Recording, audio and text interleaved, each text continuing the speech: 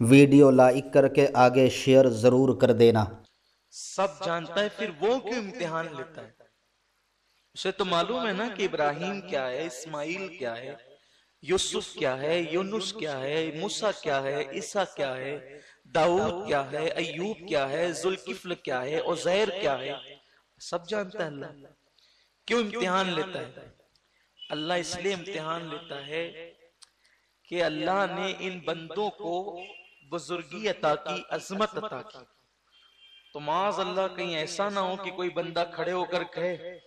کہ دیکھو ابراہیم کو تو خلیل بنایا، اب مجھے تو یوں ہی بندہ بنا دیا، استغفر اللہ۔ ہے نا، کوئی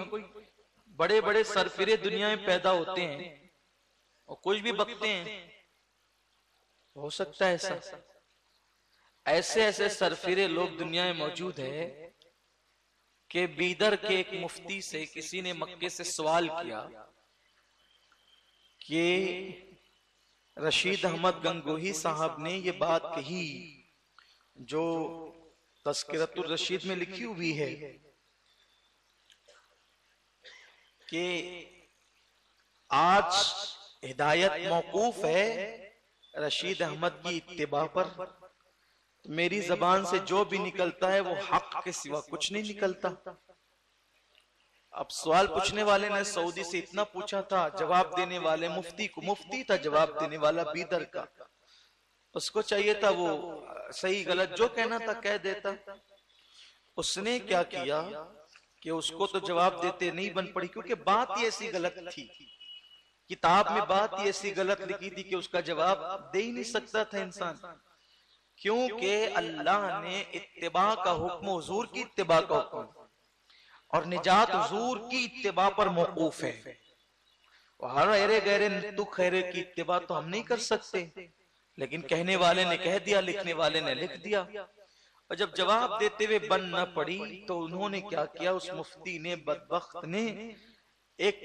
جو اس کے پاس بیٹھا ہوا آدمی تھا اس نے اس کو فون دے دیا، اور اس کو فون دیا تو اس نے اللہ کو گالیاں دینی شروع کی، کلپ پورے ملک میں گھوم رہی ہے، مسلمان کہلانے والا، اور معاذ اللہ دیوبندی مکتب فکر سے ان کا تعلق ہے، میرے پاس شاید ہمارے نوجوانوں کے پاس وہ کلپ موجود ہے، میرے پاس بھی آئی تھی، میں نے بھی اس کو سنا، مجھ سے سنا نہیں گیا، مجھے ایسا لگا کہ دیوبندی حضرات اب دھیرے دھیرے ایسا لگتا ہے کہ کھل رہے ہیں، اب مجھے یوں لگا کہ یہ آج کل کوئی پہلی بات نہیں ہے، انہوں نے تو آج زبان سے کہی ہے، یہ پہلے کتابوں میں لکھ چکے ہیں، یہی رشید احمد گنگوئی ہے، انہوں نے لکھا ہے کہ اللہ جھوٹ بول سکتا ہے، اور خلیل احمد امبیٹوی نے بھی لکھا اللہ جھوٹ بول سکتا ہے، یہ سب چیزیں ان کا حال ہے۔ ہم لوگوں کو کہتے ہیں، لوگ کہتے ہیں یار یہ لوگ جاؤ زبردستی لڑائی جھگڑے کی بات کرتے ہیں، ٹھیک ہے بھائی جاؤ لڑائی جھگڑے کی بات تم سمجھو تم جانو، ہم تو اپنا کام کر چکے، تو ایسے بھی سرفرے لوگ ہیں، حالانکہ اس کو جواب دینے کے لیے مجھے لوگوں نے بیدر بلایا تھا، 6 تاریخ کو میرا پروگرام بھی تھا، لیکن اچانک میری طبیعت خراب ہونے کی وجہ سے میں نہیں جا سکا، بہرحال پروگرام تو ہوا وہاں۔ تو یہ سب حالات ہیں کہ ایسے ایسے بھی سرفرے، اس نے اللہ کو گالیاں دیا، استغفر اللہ، اور جو خدا ماں بہن سے پاک ہے، ماں بہن کہہ کر گالی دی، حجر اسود کو گالی دی، کعبۃ اللہ کو گالی دی۔ میں تو یہ بھی کہتا ہوں کہ مالیگاؤں کے دیوبندی حضرات کو بھی کم سے کم سوچنا چاہیے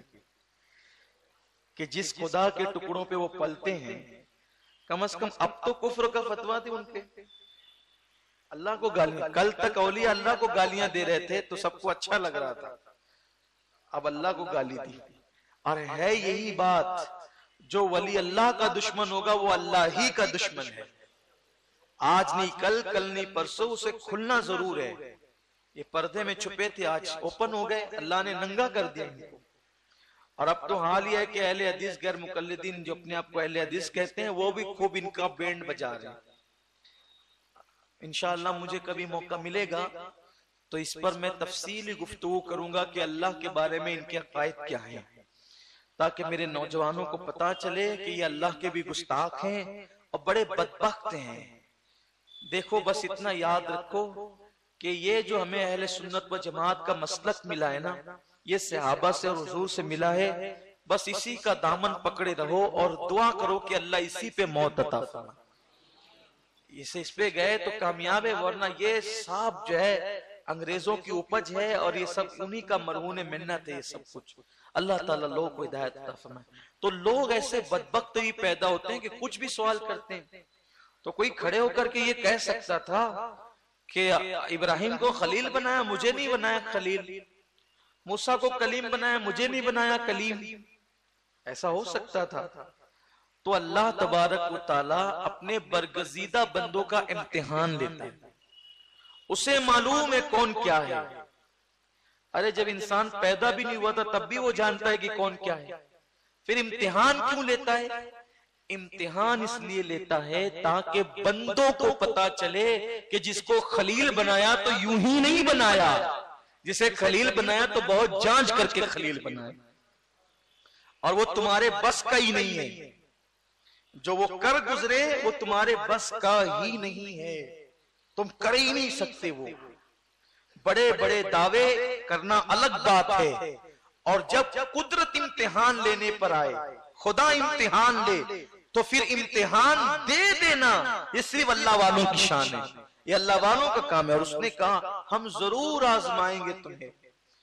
اور اللہ کے جو جتنا قریبی ہوگا اللہ اس کو اتنا زیادہ آزمائے گا۔ اس لیے دیکھو اللہ کے سب سے زیادہ مقرب حضور علیہ السلام ہے، کتنا آزمایا، کتنا آزمایا، کانٹوں پہ چلوایا، مکے میں کانٹوں پہ چلے نا، پتھر برسائے گئے، 3 سال تک کے شعب ابی طالب میں قید کیا گیا، حضور کے گھر کے بچوں نے درخت کی چمڑیاں چبائی،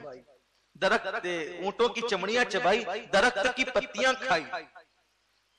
آزمائش یا آزمائش ہے۔ آقا فرماتے ہیں اللہ کی راہ میں مجھے جتنا آزمایا گیا ہے اتنا کسی نبی کو بھی آزمایا نہیں گیا،